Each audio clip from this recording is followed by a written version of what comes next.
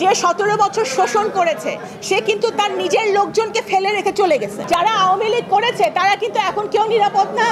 বাংলাদেশ জাতীয়তাবাদী দল পাশে এসে দাঁড়িয়েছে এবং দাঁড়াবে। আমাদের দেশনেত্রী বেগম খালেদা জিয়া উনি অসুস্থ, কিন্তু হসপিটালের বেডে বসে উনি এই বার্তা দিয়েছেন, সবাইকে ধৈর্য ধরতে বলো। আমরা যারা মুক্তিযুদ্ধ দেখি নাই, আমার সামনে যারা ইয়াং জেনারেশন আছে, আমরা কিন্তু এই মুক্তিযুদ্ধ গত এক সপ্তাহ একটা মুক্তিযুদ্ধ আমরা দেখেছি। এই গত এক সপ্তাহে আনঅফিশিয়ালি 400-র অধিক লোক, সেখানে আমাদের স্টুডেন্ট আছে, সাধারণ পথচারী আছে, সাধারণ জনগণ আছে, খেটে খাওয়া মানুষ আছে, ছোট বাচ্চারা আছে, যারা বিভিন্নভাবে প্রশাসন দ্বারা নির্যাতিত হয়ে তারা মৃত্যুবরণ করেছে। আপনারা জানেন বাংলাদেশ জাতীয়তাবাদী দল গত 17-18 বছর ধরে একটি স্বৈরাচারী সরকারের বিরুদ্ধে শান্তিকামী সংগ্রাম করে যাচ্ছিল, গণতন্ত্রের লড়াই করে যাচ্ছিল।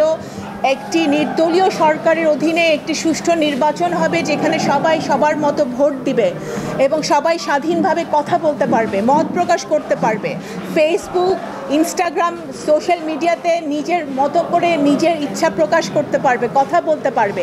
সেই দেশটা সবাই চাচ্ছিল গত 17-18 বছর ধরে। কিন্তু এই সংগ্রামে আমাদের বিএনপিরও কিন্তু অনেক যুবককে আমরা হারিয়েছি, আমাদের ছাত্রদল যুবদলের অনেক নেতাকর্মীদেরকে আমরা হারিয়েছি। গত 3 বছরে আমাদের বহু নেতাকর্মী প্রশাসনের গুলিতে নিহত হয়েছে।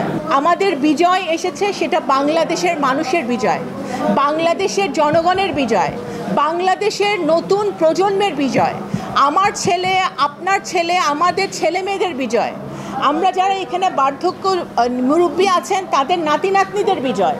তো সুতরাং এই বিজয়টা আমাদের 17 কোটি মানুষের। বিএনপি আর আওয়ামী লীগের মধ্যে একটা মৌলিক পার্থক্য হচ্ছে যে বিএনপি জনগণের পাশে থেকে জনগণের জন্য কাজ করে, সে যেই দল হোক, যেই বর্ণ হোক, যেই ধর্ম হোক। আমাদের দেশনেত্রী বেগম খালেদা জিয়া উনি অসুস্থ, কিন্তু হসপিটালের বেডে বসে উনি এই বার্তা দিয়েছেন, সবাইকে ধৈর্য ধরতে বলো। সেনাবাহিনী সবসময় আমরা দেখেছি বিপদের সময়, দেশের কোনো বিপদের সময় তারা এগিয়ে আসে, এইবারও তারা এগিয়ে এসেছে, তাদেরকে আমরা অভিনন্দন অবশ্যই জানাই। ইতিমধ্যে গতকালকে আপনারা দেখেছেন যে সেনাবাহিনী সকল দলের সাথে বসেছে, আমাদের বিএনপির মহাসচিব সহ মির্জা আব্বাস সাহেব ওনাদের সাথেও বসেছেন। স্বাস্থ্যকর অল টাইম হানিকম, সব সময় অল টাইম হেলদি লাইফ। এখন আমাদের দেশ গড়ার কাজ করতে হবে। গতকালকে যে স্বৈরাচারী ছিল, যে 17 বছর শোষণ করেছে, সে কিন্তু তার নিজের লোকজনকে ফেলে রেখে চলে গেছে। যারা আওয়ামী লীগ করেছে তারা কিন্তু এখন কেউ নিরাপদ না। তাদেরকে নিরাপত্তা কে দেবে? বাংলাদেশ জাতীয়তাবাদী দল ধর্ম, বর্ণ, দল নির্বিশেষে সবার পাশে এসে দাঁড়িয়েছে এবং দাঁড়াবে।